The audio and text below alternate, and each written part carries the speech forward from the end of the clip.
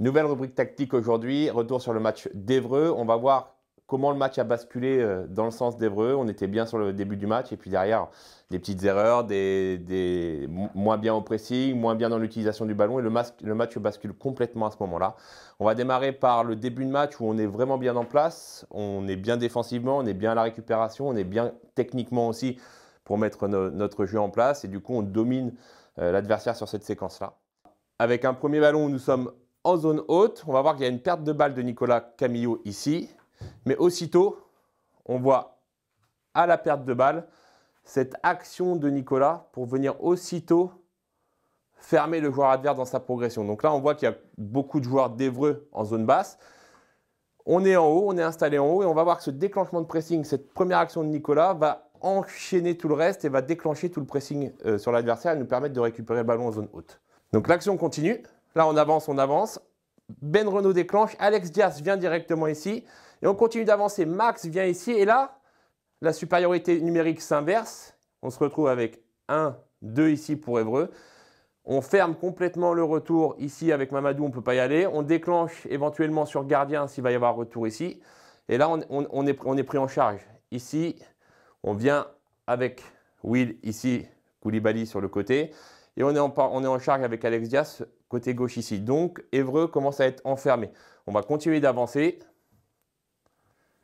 ce qui va nous permettre derrière d'être assez agressif là-haut. On continue d'avancer, on avance encore une fois. Et là, de nouveau, c'est William Koulibaly qui avait commencé à avancer, qui vient enfermer ici. Donc, on s'installe chez Évreux. On a cette intention d'aller vers l'avant, cette énergie qu'on met à aller vers l'avant, qui fait qu'on installe notre équipe en haut sur le terrain et Évreux reste en bas. Deuxième séquence. Donc là, c'est Évreux qui est en position haute sur le terrain. On voit qu'on est un peu plus bas. On va essayer de récupérer ensemble dans le bloc. Et là, c'est pour montrer les efforts collectifs de l'équipe à ce moment-là. On a une bonne lecture de Nicolas Camillo. On voit, il commence à regarder. Alors, sa position de corps laisse un peu à désirer sur cette séquence-là. Il devrait être un peu plus tourné vers le ballon. Mais en tout cas, il a cette intention de garder à l'idée que lui, son déplacement, ça va être sur ce joueur-là. De ne pas se jeter dessus pour ne pas ouvrir un espace. Ça permet à notre milieu de venir. Et lui, sur le temps de passe ici, de sortir pour récupérer ici. Si Nicolas était sorti sur ce joueur-là, il y avait le décalage côté qui était facile à faire. Donc là, on a cette notion de bloc. On est ensemble, on défend ensemble. On récupère. Et là, on va être propre techniquement. Un premier appui à l'intérieur. Un triangle qui se crée. Voilà, ici. Ici, il y avait eu le premier avec Nicolas. Ce qui va nous permettre d'avancer. On utilise bien le côté. On combine bien sur le côté. Ce qui nous permet de nous projeter vers l'avant. Et de lancer sur le couloir. Alors sur cette action-là, il y a centre derrière. Mamadou, il manque un petit peu de monde dans la surface, parce qu'au final, Mamadou est tout seul. Mamadou Kaloga est tout seul avec les 3 défenseurs d'Évreux. Mais c'est lui qui va être quand même à la réception du centre. Malheureusement, sa tête est trop fuyante et passe à côté du cadre. Autre séquence où on va être bien positionné. On voit aussitôt on est haut. Alors la consigne, c'était quand même d'être assez haut sur toutes les phases arrêtées d'Évreux, d'être positionné assez haut, de les forcer soit à jeter pour récupérer dans le bloc, soit attendre qu'ils jouent court quand même pour mettre un pressing assez haut sur le terrain. Donc on voit Mamadou Kaloga déclenche aussitôt sur le central, alors sur le 6 plutôt là qui est descendu côté jeu pour faire cette première relance. Très bon 6 de la part d'Évreux d'ailleurs qui a derrière permis cette bascule aussi sur le match avec sa qualité technique et son aisance technique sur le terrain. Derrière, sur cette séquence-là, Mamadou avance, on ferme complètement sur le côté et là, on est là. On est en place directement. On ne peut pas revenir ici. Là, on est prêt à sortir. D'accord ? On est en prise en charge avec Mamadou Kaloga sur le joueur en possession du ballon. On va le forcer à chercher un cran au-dessus. Et ce qui est intéressant, c'est qu'on a avancé. On est venu directement ici avec Alexandre Diaz chercher le joueur qui est touchable. On est à l'intérieur, ici, ici. Et là, on ferme ici. Donc, Évreux est vraiment enfermé. La seule solution, c'était de mettre un jeu long. Ils essayent quand même de jouer court et on récupère du coup dans leur camp. Cette récupération nous permet de nous installer, d'être tous là-haut et de pouvoir installer notre jeu. On est trouvé un cran au-dessus. On a le décalage sur Ben Renaud. Ça finira pas par une situation de but, mais une situation encore très dangereuse. Dernière situation avant que le match bascule dans ce sens d'Évreux. On va voir pourquoi ça a basculé à ce moment-là. On est encore bien sur cette situation-là. On récupère là-haut, on perd et on récupère parce qu'on est tous proches les uns des autres. Et on recombine de nouveau sur le côté avec là une aisance technique de Nicolas Camillo qui permet de sortir du marquage et de trouver une passe très intéressante sur Max Rouanel. Et on retrouve notre triangle ici.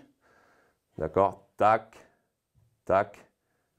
Ici avec Morgan Ardouin qui va s'engager sur le côté.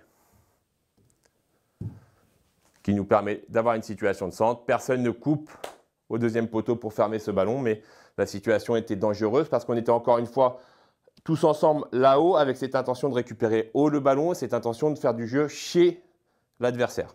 Donc maintenant, comment le match va basculer dans le mauvais sens pour nous et dans le bon sens pour Évreux? C'est qu'Évreux va commencer à s'installer chez nous. Notre pressing va être moins efficace. Bon, ça, c'est ce qui arrive en match. Et puis, c'est pas bien grave au final de se retrouver un peu plus bas sur certaines séquences. Il faut savoir l'accepter.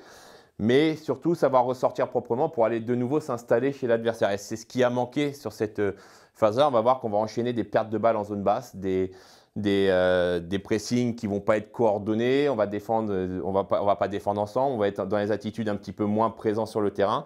Et toute cette perte de confiance au fur et à mesure de ce temps-là, qui va durer 20-25 minutes quand même, va permettre à Évreux de prendre le large au niveau du score et de rentrer à la mi-temps avec 2 buts d'avance.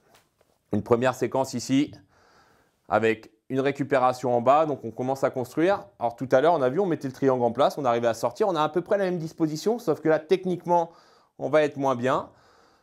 On fait le choix de rentrer à l'intérieur, de trouver une passe, mais aussitôt, et là, c'est Évreux qui est chez nous. C'est Évreux qui est présent, qui avance sur le porteur de balle et qui récupère le ballon en zone haute. Une première récupération d'Évreux ici, qui lui permet d'enchaîner sur une situation de centre derrière et de mettre un premier danger dans notre surface. Deuxième situation sur le pressing, sur les attitudes au niveau du pressing, on voit qu'on déclenche d'un peu plus bas, on part un peu plus bas sur le terrain, on est moins en zone haute et du coup les thèmes de travail ne sont plus les mêmes, les consignes ne sont plus les mêmes dans cette zone-là et on va écarter notre bloc, c'est-à-dire qu'on va quand même déclencher un pressing sans être accompagné par les milieux et ouvrir des espaces. Et sur le pressing, on va se faire éliminer. On va voir avec William Koulibaly qui continue d'avancer là-bas, Mamadou Kaloga qui vient chercher le 4, qui peut être une bonne idée, hein, mais on voit qu'on écarte quand même vachement nos lignes à ce moment-là parce que notre bloc n'a pas accompagné, qu'on n'est pas venu ensemble. C'est-à-dire qu'on commence à ne plus faire les choses en même temps, ensemble. Mamadou se fait éliminer, ce qu'il n'aurait pas dû sur cette sortie, ce qui va permettre au 4 adverse de trouver une passe vers l'avant et de casser complètement notre ligne de pressing. Donc là, on ne le voit pas sur l'image, mais il y a 6 joueurs d'éliminés sur cette passe-là. Ça va avoir son importance derrière parce qu'on va être au duel quand même, on va gagner ce duel-là, le ballon va ressortir, mais voilà, le fait d'avoir tous nos joueurs éliminés, on se retrouve avec 1, 2, 3 joueurs pour jouer ce second ballon chez Évreux. Pour nous, un seul joueur avec Alexandre Tessier qui est placé ici. Ce qui va permettre à Évreux de continuer de s'installer chez nous.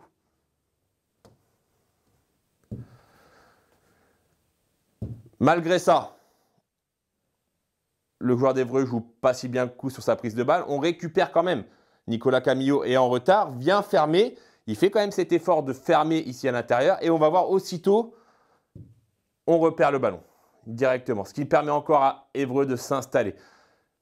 La consigne en principe, quand on est dans le bloc comme ça, qu'on récupère, ça a été dur, on a travaillé, c'est aussitôt de mettre une passe de sécurité. C'est de garder la possession du ballon et de remettre une séquence offensive. On ne le fait pas, on repère aussitôt le ballon. Évreux arrive à s'installer. On voit sur cette image-là, hein, c'est assez parlant qu'on se retrouve avec 1, 2, 3 joueurs de chez nous ici, dont un qui est en retard. On est loin à l'opposé du jeu ici pour un joueur qui s'engage côté. 1, 2, 3 ici à l'intérieur qui vont nous mettre le danger. Donc l'action n'arrivera pas sur une situation de but. Il y a une faute entrée de surface, un coup franc dangereux.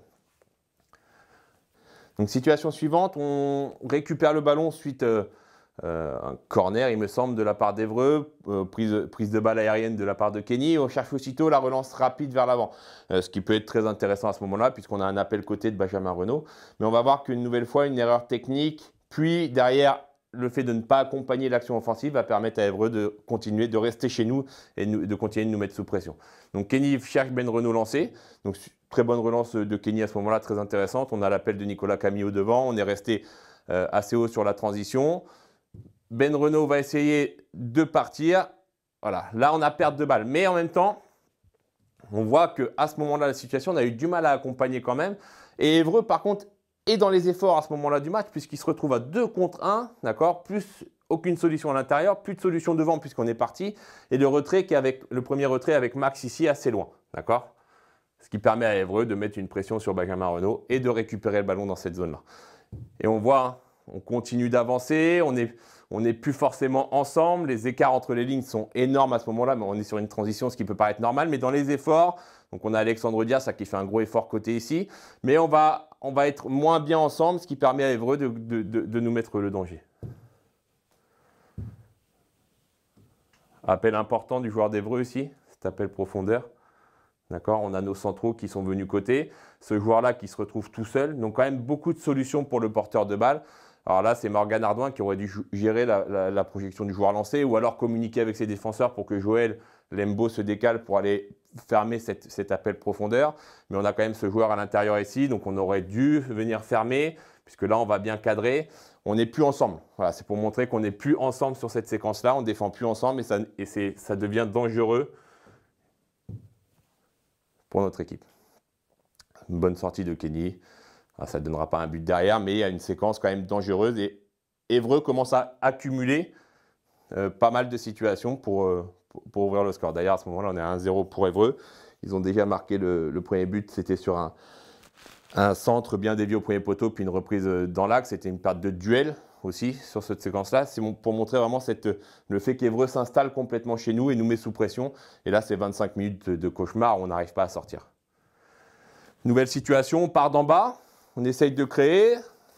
Un peu risqué déjà de dribbler en zone basse. Bon, Benjamin Renaud s'en sort sur sa qualité technique, il arrive à éliminer. Pourtant, un joueur habile techniquement va être trouvé à l'intérieur du jeu puisque Max Rouanel vient bien se montrer dans l'espace. Donc ça nous permet de sortir. Mine de rien, il y a 1, 2, 3, 4, 5 joueurs d'Évreux qui sont déjà battus sur cette passe-là. Et puis, une nouvelle erreur technique ici. Max qui n'arrive pas à emmener le ballon. Récupération aussitôt. Mais si on revient par rapport à la première séquence où c'est nous qui avancions très haut sur le terrain, là c'est Évreux qui est très haut, qui nous mange là-haut et qui arrive à récupérer tous les ballons dans nos 40 mètres et qui nous met sous pression. Donc Évreux récupère. De nouveau un jeu entre les lignes qui permet d'avoir un appui remise et une frappe derrière. Autre séquence, toujours pour montrer un petit peu la différence à ce moment-là dans l'agressivité. Voilà, on est bien, pourtant là sur cette séquence-là, on avance bien, on est bien ensemble, mais encore une fois, une erreur technique. Morgan Ardouin, pas habituel fautif techniquement, qui a plutôt cette qualité-là en lui, qui là va glisser sur le ballon. Après, il y a la pression de l'adversaire aussi qui fait que c'est plus compliqué. On est autour, on regarde, on est un peu plus spectateur du jeu à ce moment-là. Et voilà, perte de balle, ce qui permet du coup à Évreux de s'installer chez nous, de partir chez nous.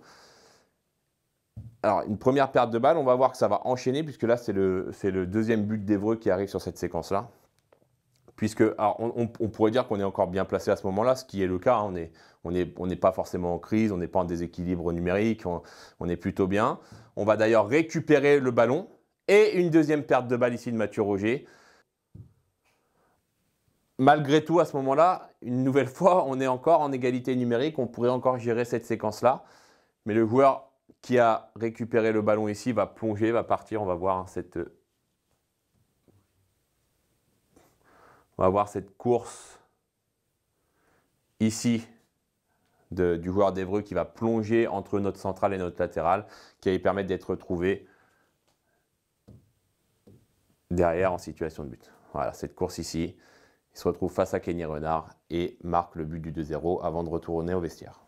Donc ce que l'on vient de voir, c'est vraiment le résultat de cette défaite, c'est ces 25 minutes où la confiance bascule du côté d'Évreux, leur pressing est mis en place en haut. Nous, du coup, on est acculés dans notre camp. Des pertes de balles inhabituelles, des erreurs techniques qui permettent à Évreux de s'installer chez nous, de faire le break à 2-0. Ils ont eu d'autres situations aussi de mettre ce 2-0 avant là.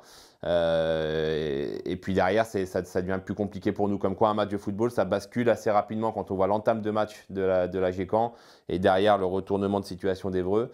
On voit que ça peut très, très vite basculer dans un sens comme d'un autre. Et d'ailleurs, en seconde période, c'est l'inverse, c'est la Gécamp à 3-0 qui va repartir vers l'avant et qui va être capable de revenir à 3-2.